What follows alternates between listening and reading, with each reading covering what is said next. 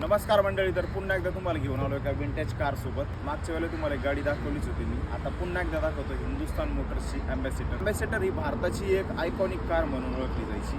ही car भारतामध्ये राजा म्हणूनही ओळखली जायची. अजूनही या गाडीची किंमत राजा म्हणूनच आहे.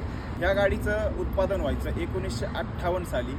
58 ते 2014 पर्यंत ह्या गाडीने राजा म्हणूनच कारकिर्दी केलेली आहे भारतामध्ये. 2014 साली ह्या गाडीचं प्रोडक्शन बंद झालं.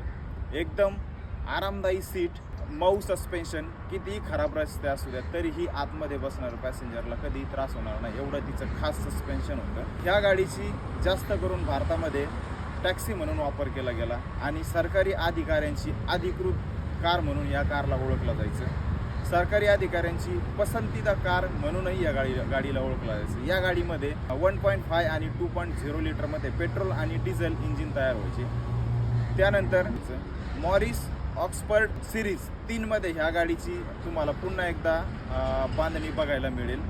आणि गाडीमध्ये बसणारा माणूस म्हणजे एकदम रिच, प्रत्येक गावाखेड्यात सगळीकडे चालणारी ही गाडी होती. एकदम दमदार इंजिन आणि टिकाऊ बॉडी अशी या गाडीची ओळख होती. अजूनही वर्षानुवर्ष या गाड्या बऱ्याच खराब ठिकाणी पडलेल्या आहेत, पण अजूनही त्यांची बॉडी आहे तशी स्ट्रॉंग आहे. तर नक्कीच ह्या वस्तू जपून ठेवा. ज्यांच्याकडे असेल त्यांनी काळजी घ्या. ही आहे हिंदुस्तान मोटर्सची अँबॅसेडर. पुन्हा एकदा तुम्हाला अजून खूप सारी माहिती बघायला मिळणार आहे. याच गाडीबद्दल पूर्ण रिस्टोर होणार आहे. तर नक्कीच व्हिडिओ बघत राहा. चॅनलला शेअर, सबस्क्राईब करायला विसरू नका.